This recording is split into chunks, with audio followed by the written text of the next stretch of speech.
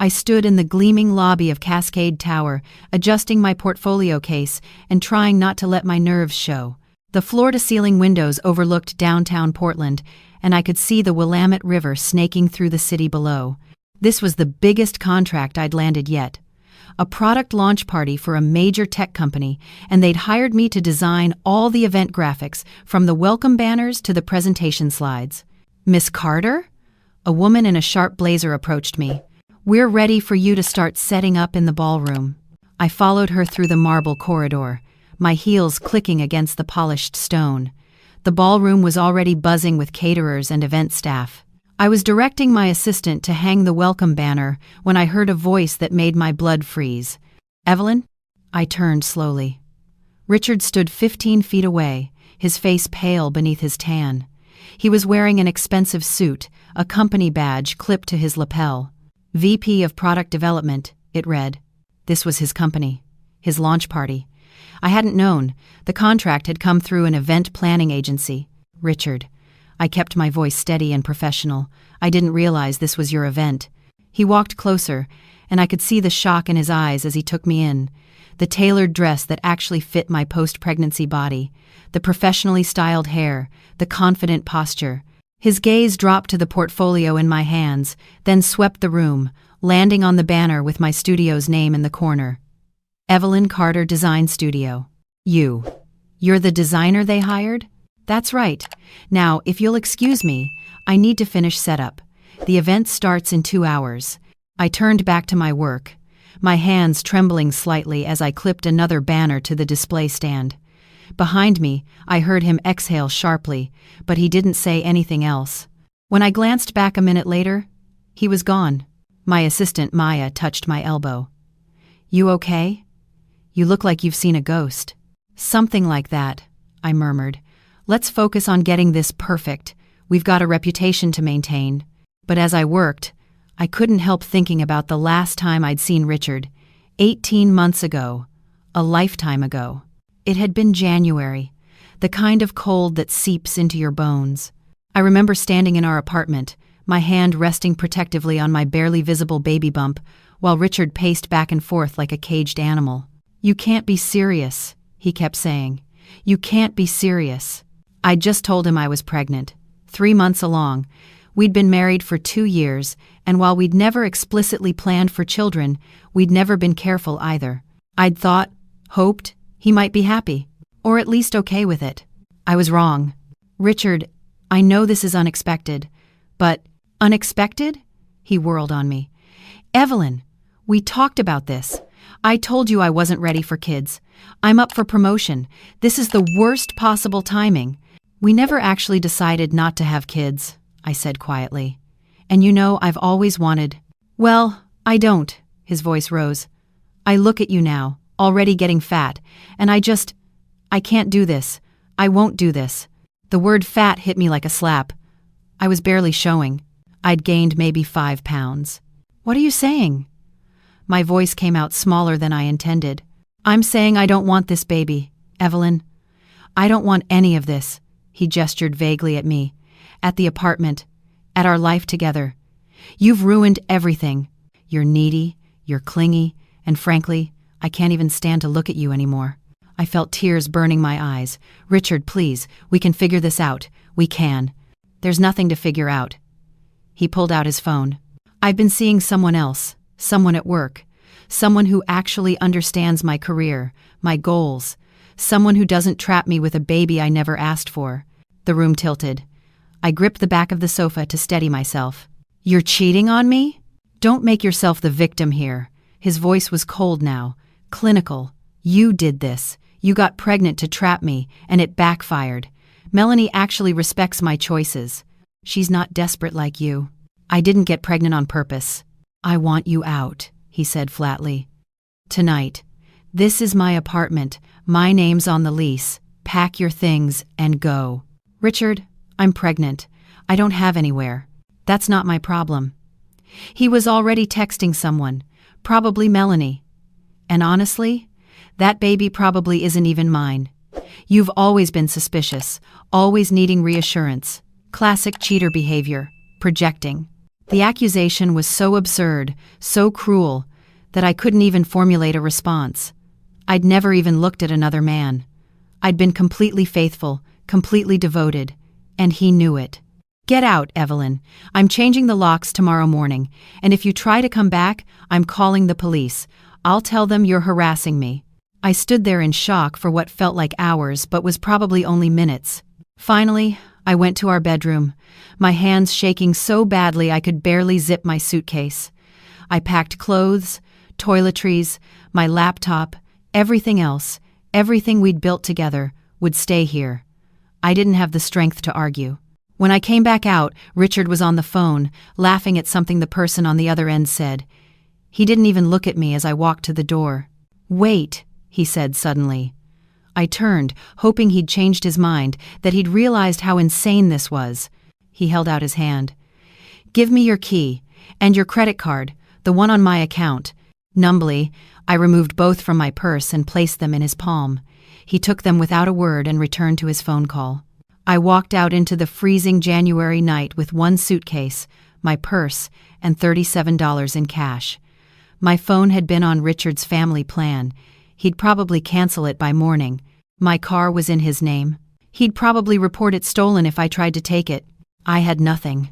I stood on the sidewalk, watching my breath fog in the cold air, and tried to think. My parents were out of the question. They'd made it clear when I'd married Richard that they didn't approve, that I was making a mistake. Going back to them would mean admitting they were right, and I couldn't face that. Not yet, maybe not ever. Friends? Richard and I had moved to Seattle for his job. All our friends here were his coworkers, his connections. I had a few college friends scattered around the country, but no one close enough to call at 10 o'clock on a Tuesday night and say, "Hey, my husband just kicked me out while I'm pregnant. Can I crash on your couch?" I walked to a coffee shop I knew, stayed open late, used $2 to buy a small coffee, and sat in the back corner, trying to figure out what to do next. The warmth felt like a luxury. I made that coffee last 3 hours, until the barista started giving me pointed looks. Back outside, the temperature had dropped even further. I found a parking garage that was open all night, dragged my suitcase to the 3rd floor where it was a little warmer, and curled up on a concrete bench next to a pillar. I wrapped my coat around myself as tightly as I could and tried to sleep. I didn't sleep. I shivered and cried and wondered how my life had fallen apart so completely in the span of a few hours. My hand kept drifting to my stomach, to the tiny life growing inside me, a baby who would be born in 6 months, and I didn't even have a place to sleep tonight. The next morning, I used the bathroom at a fast food restaurant to wash my face and try to make myself presentable. I bought a breakfast sandwich with 3 of my remaining dollars and sat in the corner, eating slowly to make it last. That's when I overheard 2 women at the next table talking. "New Beginnings is really good, I've heard. My cousin stayed there after she left her ex. It's specifically for pregnant women and moms with babies." I leaned over before I could stop myself. "I'm sorry, I couldn't help overhearing. What's New Beginnings?" The younger woman smiled at me kindly. "It's a maternal shelter. For women who need housing. Do you need help?" I must have looked as desperate as I felt, because she didn't wait for me to answer. She pulled out her phone and showed me the address, told me how to get there by bus. They do intake interviews every day at 2 o'clock. Get there early, there's usually a line. I thanked her, my voice breaking, and she squeezed my hand before she left. "You're going to be okay," she said. "I promise." I used another $2 on bus fare. The shelter was in a converted church on the outskirts of Portland, a 40-minute ride from downtown. I got there at 1:30 and found 5 other women already waiting outside. We didn't talk much, but there was a solidarity in our silence. We all knew why we were there.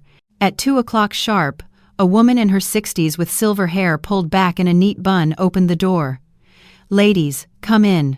I'm Joan Chen, the director here. Let's see if we can help you." The intake process was thorough. I sat across from Miss Chen in a small office and told her everything.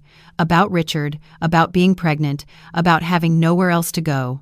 She listened without judgment, took notes, asked questions about my health, about whether I was in danger from Richard. "He won't come looking for me," I said. "He wants me gone." She nodded. "We have room for you, Evelyn. We can offer you a shared room, 3 meals a day, and access to all our support services: prenatal care, job training, counseling. We ask that residents contribute by helping with chores and participating in our programs. Can you commit to that? Yes, I said, relief flooding through me. Yes, absolutely. Then welcome to new beginnings. She smiled, and it was the first genuine warmth I'd felt in days. Let me show you to your room. The room was small, with 2 twin beds, 2 dressers, and a shared closet. My roommate was a young woman named Aisha, 24 years old, with a 2-year-old daughter named Zara. Aisha was kind, matter-of-fact, and practical. She showed me where everything was, how the shelter worked, what the rules were. "We got lucky," she said that night as we lay in our separate beds. "This place is good. Miss Chen really cares. Some shelters, they just warehouse you. Here, they actually try to help you get back on your feet." "How long have you been here?" I asked. 6 months. I've got a job now, saving up for a deposit on an apartment. Another 2 months, and I should be out." She paused. "What about you? What's your plan?" I stared at the ceiling. "I have no idea. I was a graphic designer, but I've only been working for a year. I don't have much experience, and my portfolio is all on a hard drive at Richard's apartment. I can't go back for it." "Library," Aisha said immediately. "They have computers with Photoshop. You can rebuild your portfolio. I've seen other women do it." It seemed impossible, but what choice did I have? The next few weeks were a blur of adaptation. I woke at 6 for breakfast duty, helped prepare food for 30 women and their children. Then I'd take the bus to the library and spend hours on the computer, trying to recreate my best work from memory. My old designs for a coffee shop logo, a restaurant menu, a nonprofit's annual report. It was slow, painstaking work, but gradually, I built up a small portfolio again. Miss Chen connected me with the prenatal clinic. I was 4 months along now, starting to really show. The doctor said everything looked healthy, that the baby was developing normally. I cried in the exam room, overwhelmed by relief and fear in equal measure. At night, I'd lie in bed and make lists on scraps of paper. Things I needed: prenatal vitamins, maternity clothes, baby supplies. Things I had to do. Find work, save money, figure out how to be a single mother. The lists never got shorter.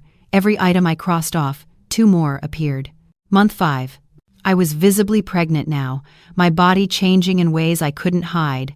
I'd applied to dozens of freelance graphic design gigs online, but I kept getting rejected. No portfolio website, no references, no permanent address to use on applications. I was competing against designers with established reputations, and I was losing. Aisha found me crying in our room one evening. Hey, what's wrong?" "I can't do this," I sobbed. "I've applied to 50 jobs. Nothing.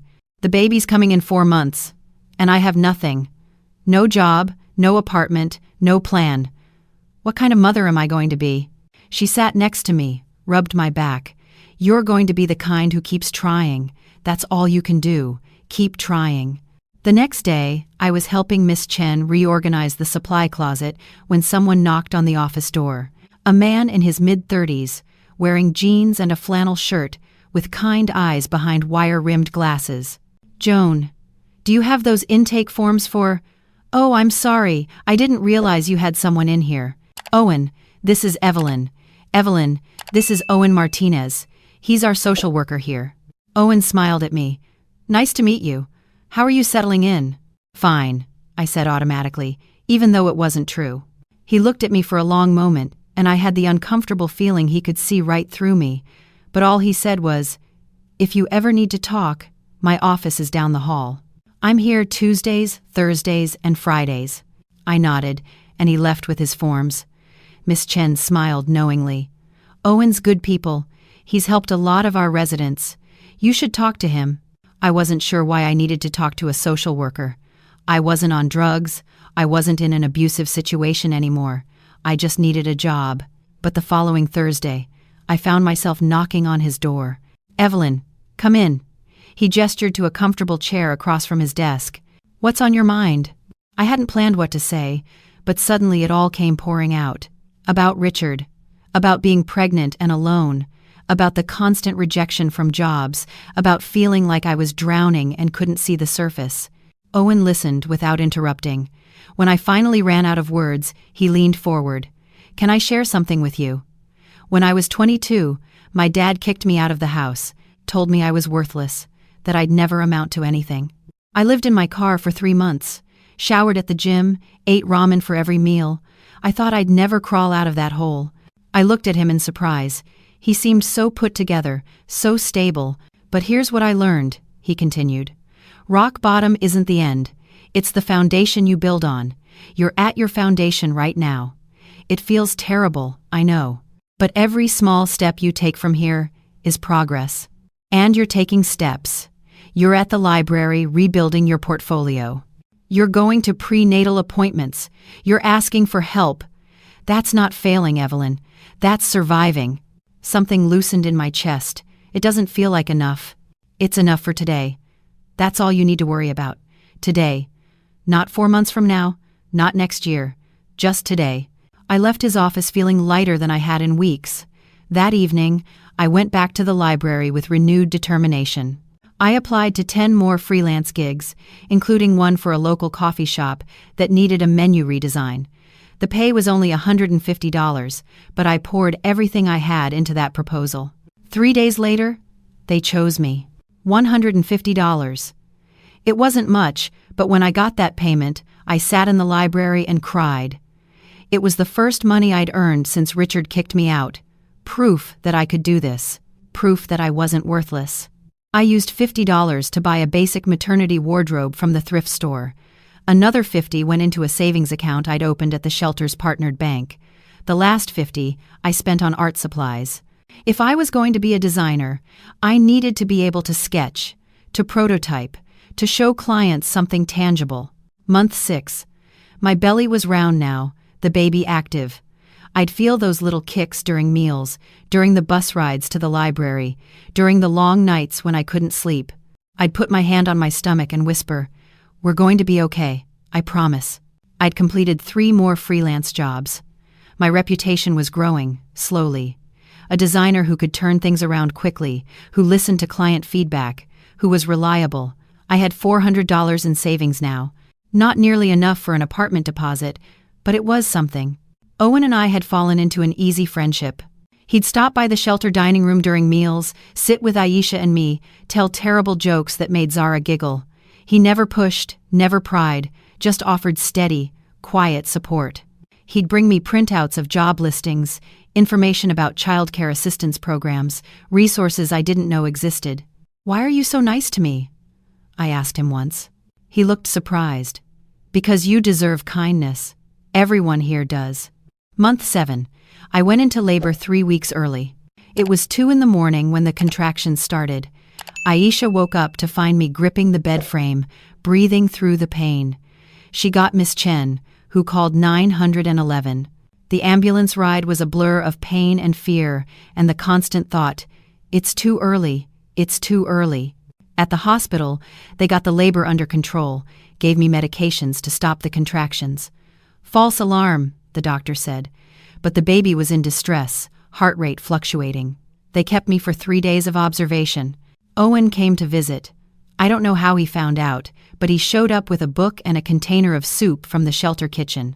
He sat in the uncomfortable hospital chair and read to me stupid celebrity gossip from a magazine until I laughed for the first time in days. "You scared us," he said quietly when the nurse left. I scared myself. I looked down at my belly. "I can't have this baby at the shelter. I need my own place, but I don't have enough saved." "You will." His voice was certain. "You've come so far, Evelyn. A few more months, you'll have enough.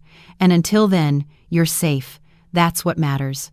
When I went back to the shelter, Aisha had decorated our room with hand-drawn welcome back signs from Zara. The other residents had contributed baby clothes, diapers, even a second-hand car seat. I was surrounded by women who understood, who'd been where I was, who wanted me to succeed. I worked harder. Between the shelter chores, the prenatal appointments, I took on every freelance gig I could find. By month 8, I had $700 saved. By month 9, almost $1,000. Still not enough, but closer. The baby was born on a rainy morning in September, 39 weeks exactly. Labor was long and painful and terrifying, and I did it alone in the hospital room with just the nurses for company. When they finally placed her in my arms, this tiny, perfect girl with dark hair and my nose, I felt something break open inside my chest. "Hi, Emma," I whispered. "I'm your mama. I've got you." Owen showed up that evening with flowers. "I'm not family," he explained to the nurse, "but I'm her social worker, and I wanted to check on her." The nurse, bless her, let him in. He sat next to my bed and looked down at Emma sleeping in my arms. "She's beautiful," he said softly. "She's everything." I couldn't stop looking at her. "I don't know how I'm going to do this, Owen. I really don't. Same way you've been doing everything else. One day at a time." I stayed in the hospital for 2 days, then went back to the shelter with Emma. The first night, she cried for hours. I walked her up and down the hallways, bouncing her, singing to her, begging her to please, please sleep. Other residents would poke their heads out, offer advice, share what worked for their kids. At 3 a.m, I sat on the floor of the bathroom, Emma finally asleep against my chest, and wondered if I'd made a terrible mistake. What if I couldn't do this? What if I was ruining this perfect little girl's life before it even started? Aisha found me there an hour later. She didn't say anything, just sat down next to me, put her arm around my shoulders, and stayed until the sun came up. The next few months were the hardest of my life. I was sleep-deprived, overwhelmed, trying to juggle a newborn with freelance work. I'd take design calls with Emma strapped to my chest. I'd work on logos at the library while she slept in her stroller beside me. At night, I'd feed her, change her, put her down to sleep, and then stay up working on projects until 2 or 3 a.m. But slowly, impossibly, it started to work.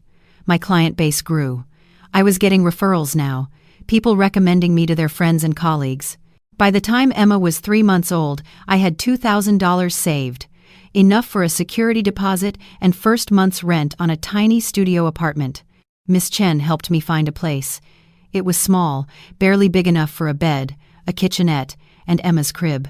But it was ours, our own door, our own key, our own space. The day we moved in, Aisha helped me carry our few belongings up the stairs. "You did it," she said, hugging me tight. "I knew you would." Owen came by that evening with a housewarming gift, a set of basic dishes and a coffee maker. "Practical," he said with a smile. "Plus, I figured you could use the caffeine." We sat on the floor of my empty apartment, drinking coffee from mismatched mugs, while Emma played on a blanket between us. It felt surreal. I kept waiting for someone to take it away, to tell me I didn't deserve this. "Hey," Owen said, noticing my expression. "You earned this, every bit of it. Don't let anyone, especially not that voice in your head, tell you otherwise." Over the next 6 months, my design business grew steadily. I got a contract with a nonprofit, then another with a small tech startup. I could afford groceries without checking my bank balance first. I could buy Emma new clothes instead of relying on donations. I even started saving again, this time for something bigger, my own design studio. Owen and I grew closer. He'd stop by with dinner sometimes, play with Emma while I finished up work. Our friendship shifted, gradually, into something more.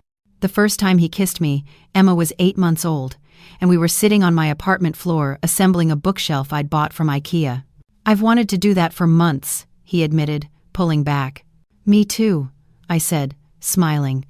But I was scared. After Richard. "I'm not Richard." His voice was gentle but firm. "I'm not going anywhere, Evelyn. Not unless you want me to." I didn't want him to. We took it slow, careful.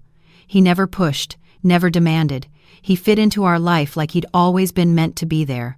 Emma was 11 months old when I got the email about the Cascade Tower contract, a product launch party for a major tech firm. They needed someone to design all the event materials. The pay was substantial, enough to finally rent actual office space for my studio, to hire an assistant. I said yes immediately. It was my biggest contract yet, validation that I'd really made it. I didn't recognize the company name at the time. It wasn't until I was setting up that morning, in the ballroom with its marble floors and crystal chandeliers, that Richard walked in. Now, an hour later, I was putting the finishing touches on the display banners. The event was starting in 20 minutes. Guests were arriving, champagne glasses clinking, the hum of conversation filling the space. I stayed in the background, professional, making sure everything was perfect. I saw Richard across the room, watching me. He'd approach, then hesitate, then retreat. Finally, as the presentation was about to start, he walked over. "Evelyn, can we talk, please?" I looked at him, really looked at him. He'd aged. There were lines around his eyes that hadn't been there 18 months ago. He looked tired, stressed. "I'm working," I said evenly. "Maybe another time, please. Just 5 minutes. I've been trying to find you, to apologize." I glanced at Maya, who nodded that she could handle things. Against my better judgment, I followed Richard out to a quiet corridor. "I was terrible to you," he started immediately. "The things I said, the way I treated you. I've thought about it every day since. Evelyn, I'm so sorry. I was scared and selfish and cruel, and you didn't deserve any of it." I crossed my arms. "You're right, I didn't. Is there any chance we could try again? Start over? I broke up with Melanie months ago. I realized what I'd thrown away. You're here, successful, and you look incredible, and I just—" "No," I said simply. He blinked. "No? No, Richard. There's no chance. What you did to me, to us, to our baby, that's not something you apologize for and fix. You told me I was fat, that I trapped you, that our child probably wasn't even yours. You kicked me out while I was pregnant with nowhere to go. Do you have any idea what that did to me?" I know, and I've regretted it every single day. I slept in a parking garage that first night. I had $37. I went to a homeless shelter and lived there for months. I gave birth alone in a hospital because I couldn't afford to have anyone with me. I've rebuilt my entire life from nothing, and you don't get to be part of it now that it's good." He looked stricken. "You have a child? The baby was born?" "Yes, a daughter. Her name is Emma, and she's beautiful, and she's the best thing that ever happened to me. She's also none of your concern. Evelyn, please. I was wrong, but people make mistakes. Can't you find it in your heart to forgive me? We could be a family." "We were never a family, Richard. And I don't owe you forgiveness. I don't owe you anything." I turned to walk away, then paused. "I hope you have a good life. I really do. But it's not going to be with me." I walked back into the ballroom, my heart pounding. Maya looked at me with concern, but I smiled and shook my head. "I'm okay," I mouthed. The event was a success. The client loved my work, took my card, said they'd recommend me to their partners. I packed up my materials, loaded them into my car, and drove home as the sun set over Portland. Owen was waiting at my apartment, Emma asleep on his shoulder. "How'd it go?" "It was perfect," I said, kissing him softly. "Well, mostly perfect." Richard was there. His eyebrows shot up. "Richard? Your ex?" "It was his company's party. I didn't know. I took Emma from him, breathed in her baby shampoo smell. He asked if we could try again." Owen's face went carefully neutral. "And what did you say?" I said no. I told him I've built a life, and he's not part of it. I looked up at Owen. "Because I have. I have an amazing daughter, and a business I'm proud of, and someone who actually sees me, who was there when things were hard. Who's been there every day since?" Owen pulled me close, Emma between us, and kissed my forehead. "I love you, Evelyn Carter. You know that, right?" "I love you too." I felt tears sting my eyes, but they were good tears this time. Happy tears. "Thank you for not giving up on me, for seeing me when I couldn't see myself." "You did the work," he said quietly. "You saved yourself. I just got to watch." That night, after Emma was asleep in her crib, I sat at my laptop and updated my website. Evelyn Carter Design Studio, Portland, Oregon. I looked at my portfolio, at the work I'd created from nothing, and felt something I hadn't felt in a long time. Pride. I thought I'd lost everything that night Richard kicked me out. But maybe I'd actually gained something. The knowledge that I was strong enough to survive anything, that I could build a life with my own hands, that the love I deserved wasn't something I had to beg for or earn through perfect behavior. It was something freely given, by people who saw my worth, even when I couldn't. 2 months later, Owen proposed. It was nothing fancy, just him and me and Emma at the park, a simple ring, and the question, "Will you marry me?" I said yes. Not because I needed him to save me, not because I was scared to be alone, but because I loved him, and because he loved me, and because we'd chosen to build something together. 3 years later, my studio has 5 employees. Emma is in preschool, smart and funny, and loved beyond measure. Owen and I got married last fall in a small ceremony at the shelter where we met, with Miss Chen and Aisha, and all the women who'd been part of my journey. I still think about that night in January sometimes.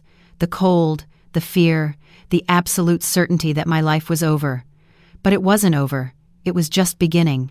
And I'm grateful, in a strange way, for what Richard did, because it forced me to discover who I really was. Not Richard's wife. Not someone who could be broken by cruel words. Just me, Evelyn. Strong enough to survive.